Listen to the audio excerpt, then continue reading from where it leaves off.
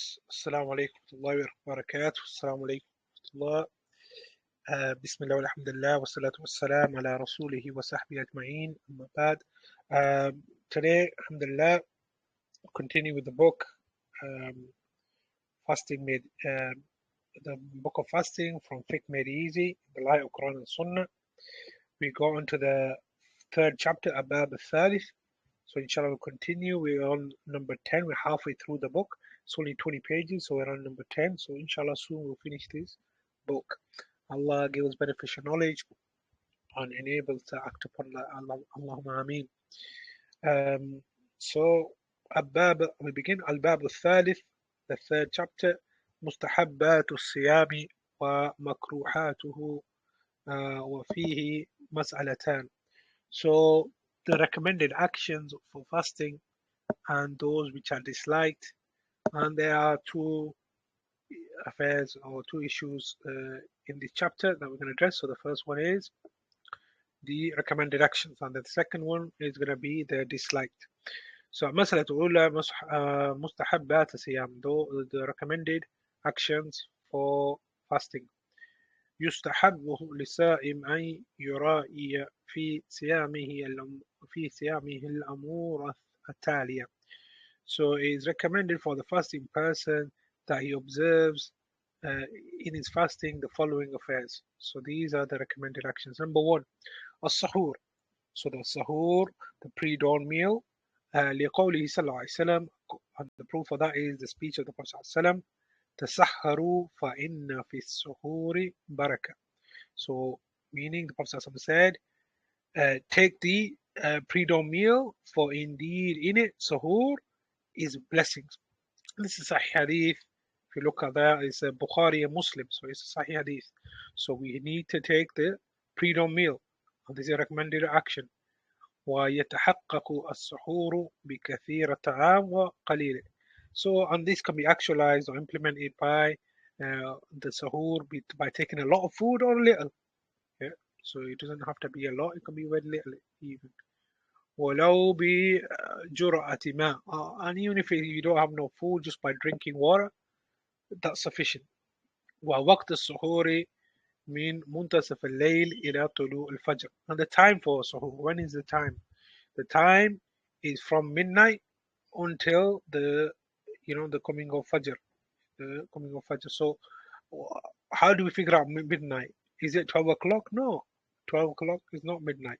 We figure out time from the time of Maghrib. When does Maghrib come in? You look at that time, and when does Fajr come in? Then you split it into 3. Why? Because we mentioned the last third of night, the Prophet, Allah descends to the lowest heaven, the Hajj, as we mentioned. Yeah. So it's split into 3. That's for Tahajjud, sorry. So figure out between Maghrib and Fajr, you just figure out the time in between that, and that is midnight. Yeah. So why midnight? Because from Maghrib, then you go on to Isha, and Isha until the midnight is time to eat. It's time to eat. Yeah, and it's classed as Isha, not as not as a time for suhoor. So yeah, even if it's a drink of water. So that was the first, recommended action, to take suhoor, and there's blessings in that. Number 2, الثاني تأخير السحور لحديث زيد بن ثابت رضي الله عنه. And the second recommended action is to delay the suhoor, not meaning to eat real early and that's it. No, to delay the suhoor closer to the time of Fajr as possible. And that is according to the hadith of Zayd bin Thabit, may Allah be pleased with the companion, who said that تسحرنا مع رسول الله صلى الله عليه وسلم, we took our pre-dawn meal with the Messenger صلى الله عليه وسلم. ثم قمنا إلى الصلاة, then we got up to pray the salah, meaning Salat al-Fajr. قلت, so the person who's narrating from the companion Zayd bin Thabit, he's saying, I said, كم كان قدر ما بينهما, what was the length of time between them, meaning between the time you stopped eating and taking your suhoor and the time you started praying the salah, the Fajr. So he said, قال 50 آية. So he said 50 ayat. So 50 ayat from the Quran. So obviously, time at that time there was no watches around, you know, at that time. So how they would do it to tell the length of time, how long it would take to read 50 ayat, whether that's 5 minutes or 3 minutes or around that time. So he's saying that that was the time. So meaning that we try to delay a suhoor, you know, as close to the time of Fajr as possible. Obviously, we don't want to go into um, Fajr, but we do have a narration that that there's a narration. Obviously, that's if you go over that that you're supposed to take. You're supposed to complete what is in your hands. So I can mention the hadith in English where it's Abu Huraira, may Allah be pleased with the mention.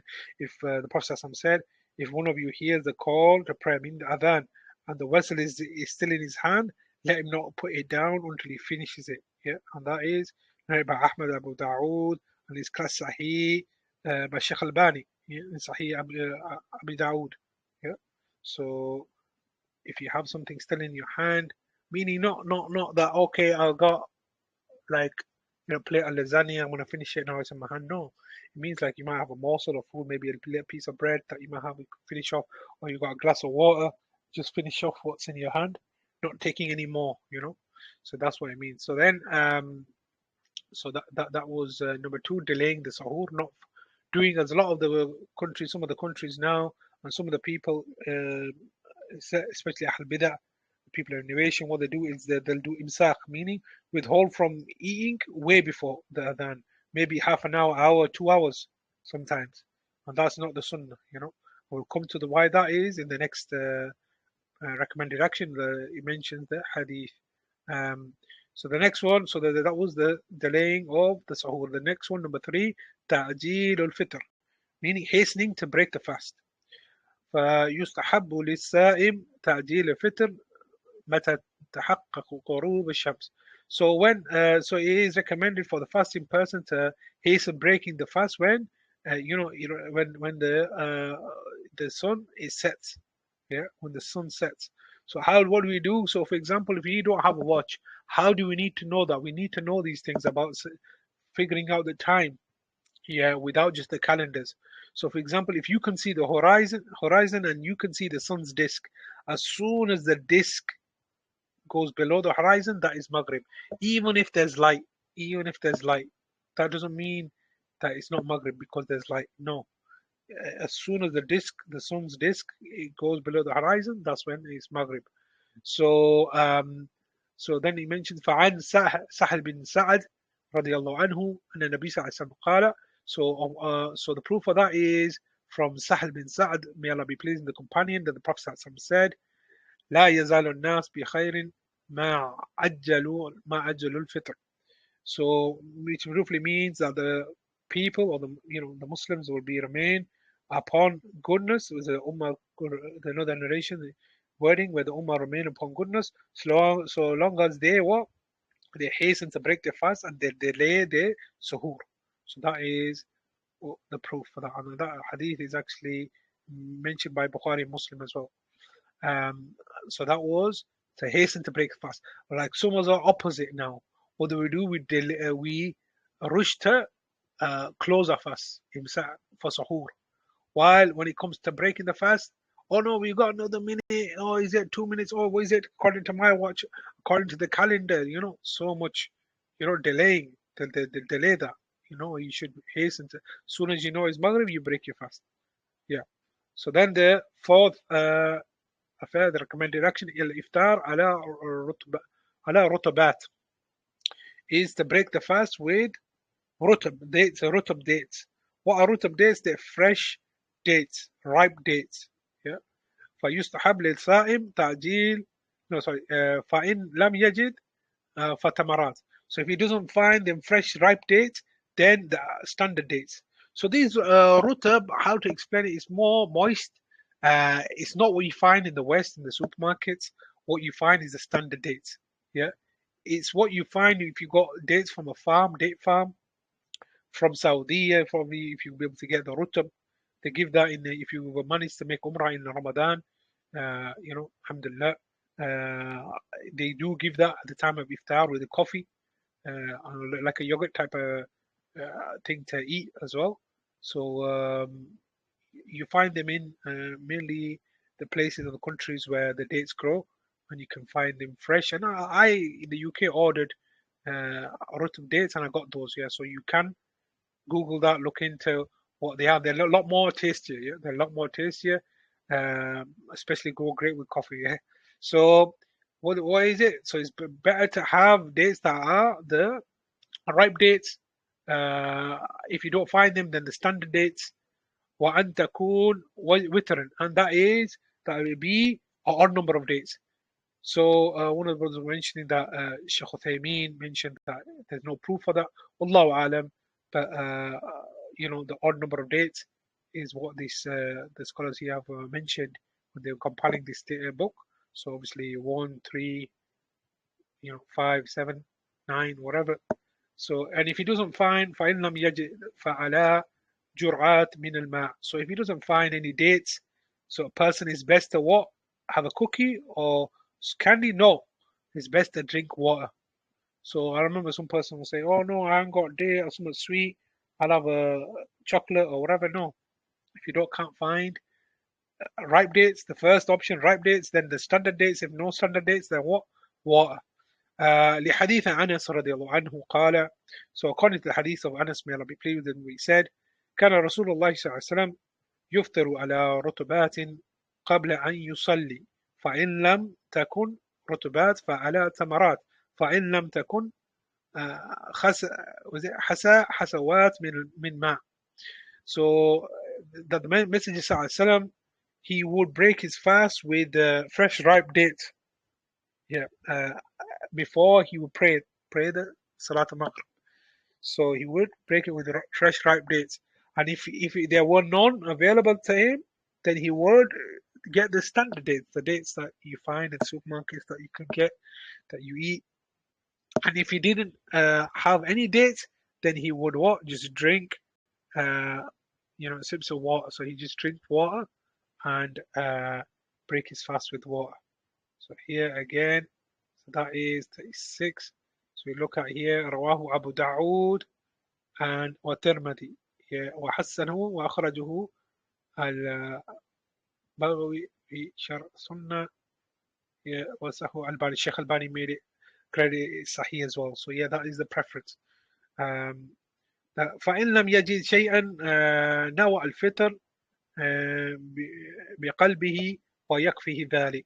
So this is an important point, and this is if you don't find anything, or if you don't find anything to break fast. And this has happened to myself in an instance, maybe for yourselves, where you've been out and about and you're maybe returning back from work, maybe you're doing some chores and you've got caught up and you've not made to the masjid in time, you've not made it at home in time, and there's nothing in your car to break the fast with, no water, no nothing, you know, nothing to break your fast with.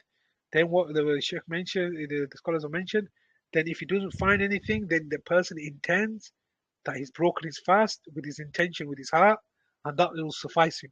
So you don't need to wait until you find something, you increase your speed trying to get home. No, you made the intention with that you've broken the fast, that should suffice you. And when you get home, or wherever you go to the masjid, you can eat and drink something, but you've already made the intention, so you broken your fast at the right time. The fifth recommended action is الدعاء عند الفطر وأثناء الصيام. So the fifth recommended action is to what? Is to make dua at the time of breaking fast and during fast. So لقوله صلى الله عليه وسلم, according to the speech of the Prophet صلى الله عليه وسلم, ثلاثة لا ترد دعوتهم والسائم حتى يفطر والإمام العادل والمظلوم. So the Prophet ﷺ said there are three that their supplication is not rejected. So it's what more likely to be accepted: a fasting person until he breaks his fast, a just imam, a leader that's just, and someone who's oppressed.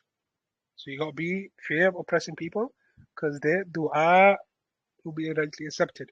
So here the point being that a fasting person until he breaks his fast. So that actually compromises a person while he's fasting, not when he breaks his fast. But then the scholars mention that dua, making supplication after doing a righteous action or an act of ibadah, it also is a good time. So that can fall into that, yeah. So that will be an answer to that. So yeah, so fast, making dua while you're fasting and when you break your fast. And the hadith is number 37, which is Tirmidhi, and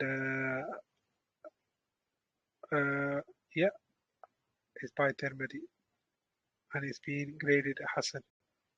And Sheikh Albani made it graded Sahih. So it's Sahih. Number 6, Al-Ikthar min Sadaqa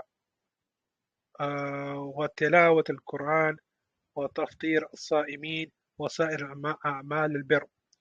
And the sixth action, which quite lumps quite a few actions, is increasing in giving charity during this month. Giving, reciting the Quran, because it's the month of the Quran when the Quran was revealed. And giving food to people to break the fast. So basically, remember, we mentioned about hadith here, uh, and then the remaining of the righteous actions that you can do.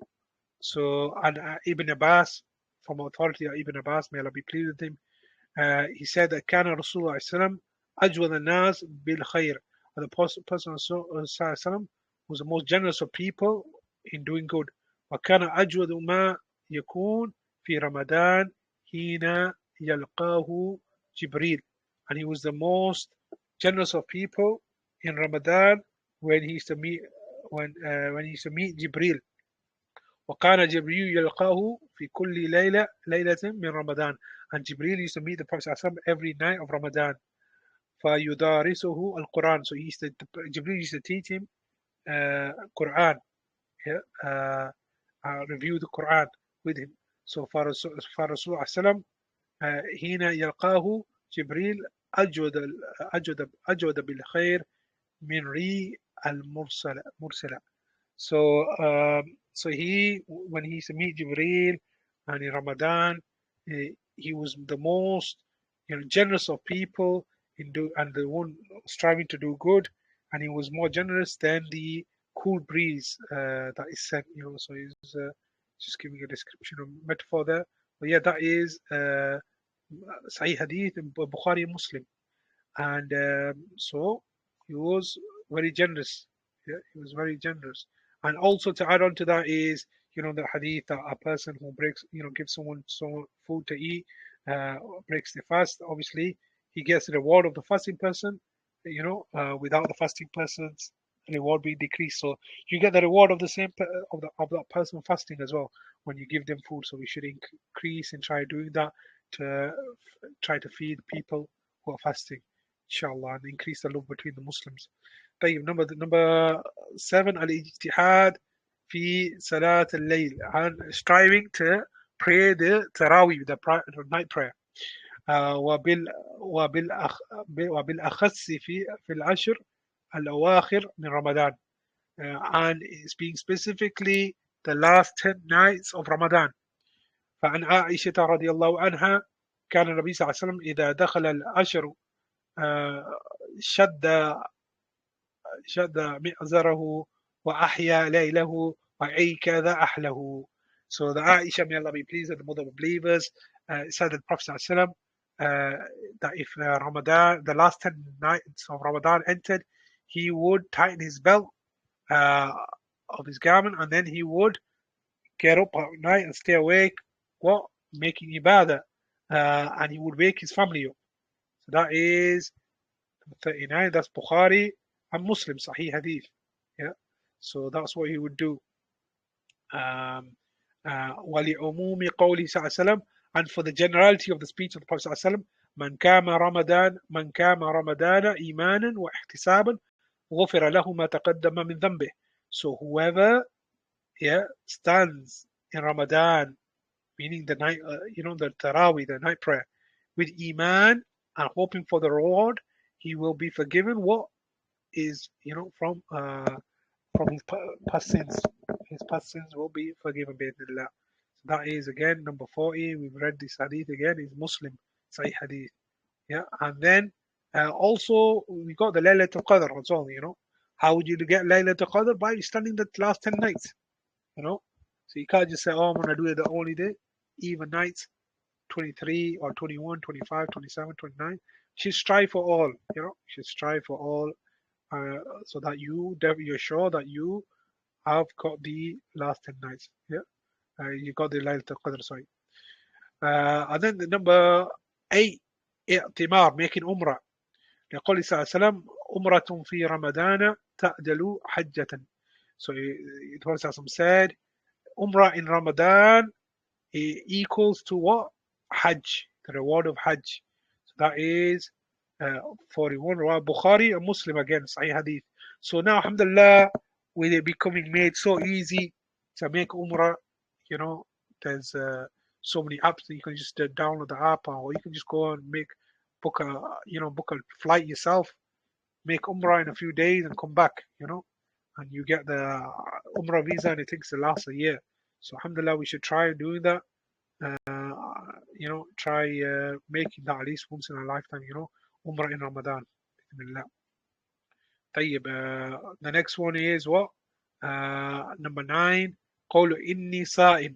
Saying, recommended action is to say, I am fasting liman shatawahu.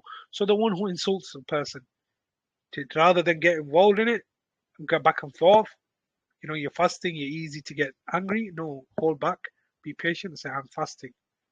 وذلك لقوله صلى الله عليه وسلم, and that is according to the hadith of Prophet صلى الله عليه وسلم, the speech of his Prophet صلى الله عليه وسلم. وإذا كان يوم صوم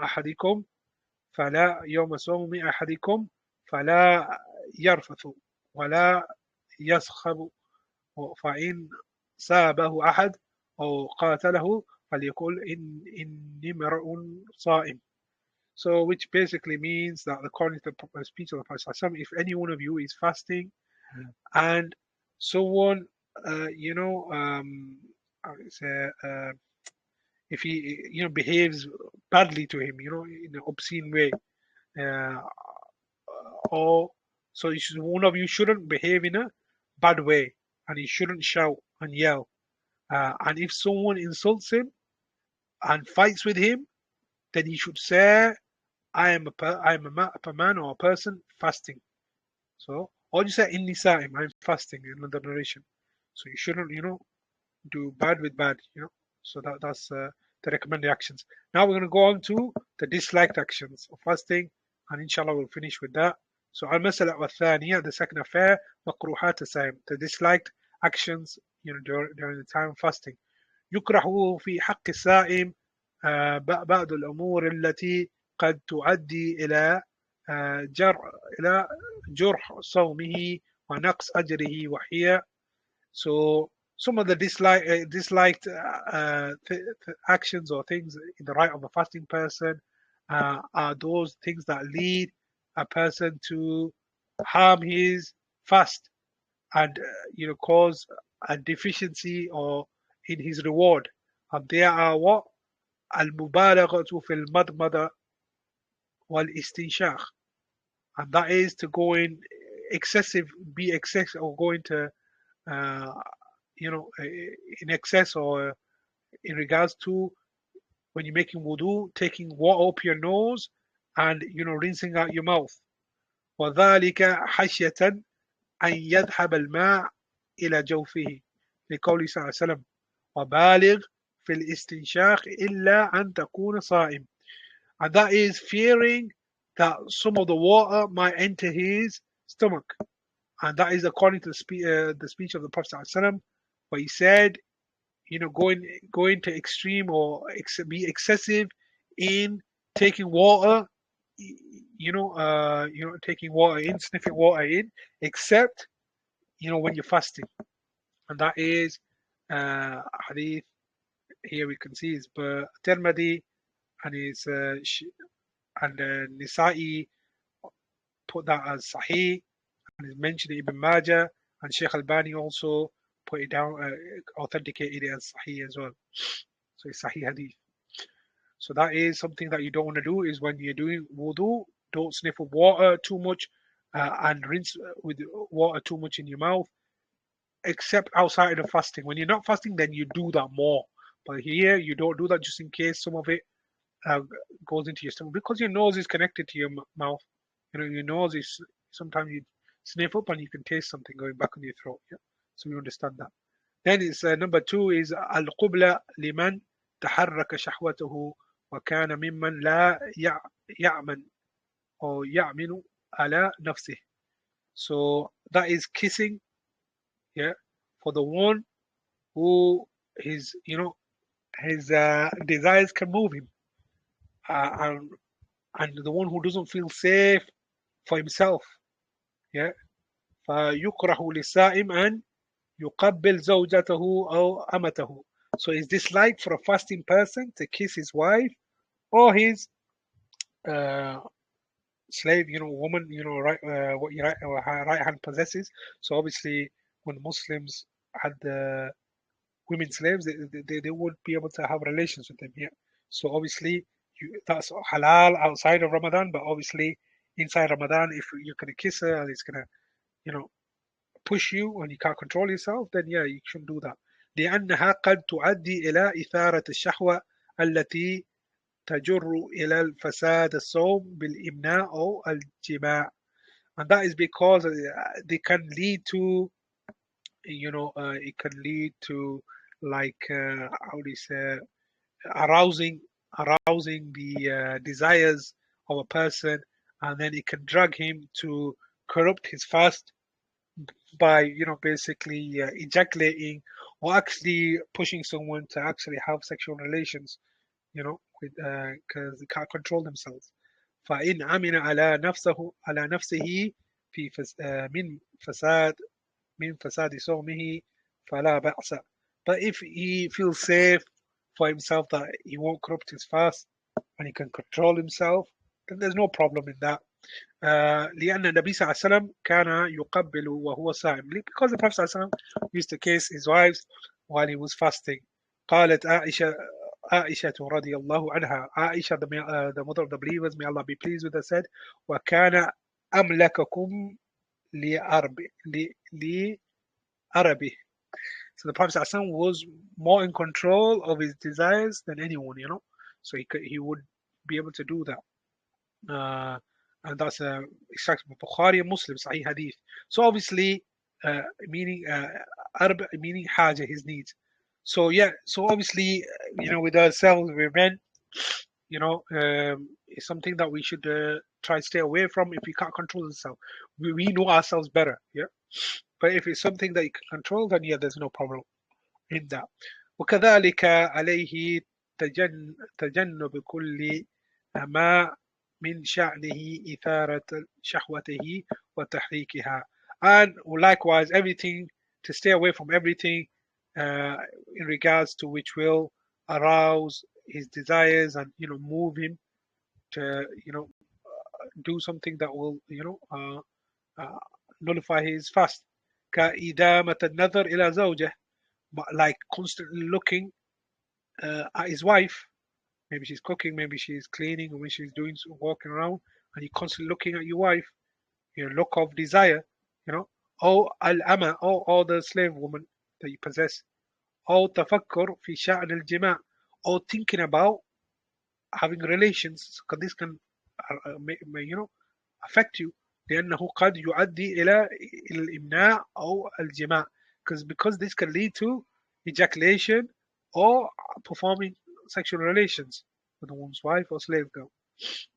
So that is number two, something disliked, to kiss your wife unless you can control your desires. And we said before, and going in excessiveness in sniffing of water and rinsing of mouth during when making wudu.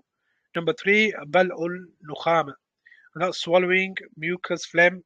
لأن ذلك يصل إلى الجوف, because that actually ends up going into the stomach. ويتقوى به, and someone can become stronger, gain a nutrition from that.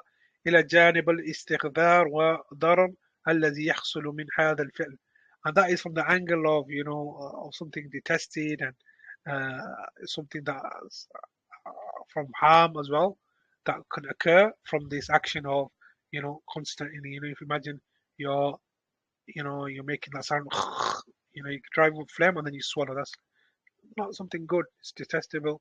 So yeah, that's what the scholars have mentioned here. Not saying that it breaks your fast, but yeah, it's something disliked. ذوق الطعام لغير الحاجة. That's tasting food without a need. فإن كان محتاجا إلى ذلك كأن يكون طباخا يحتاج لذوق ملحه لذوق ملحه نعم لذوق ملحه وما أشبهه فلا بأس مع حذر من وصول شيء من ذلك إلى خلقه.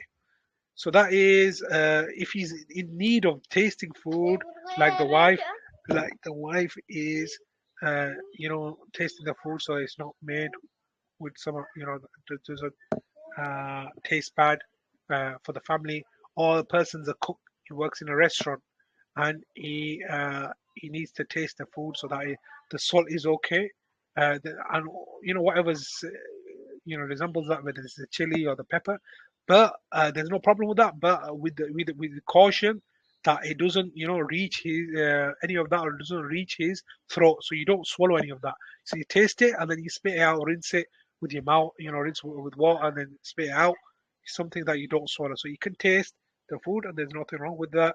And inshallah, with that we finish, and we've gone up to page 11. So we're going to continue with page 12. Uh, and inshallah I'll see you next lesson. Subhanakallahumma wa bihamdik. Ashhadu an la ilaha illa anta astaghfiruka wa atubu ilayk.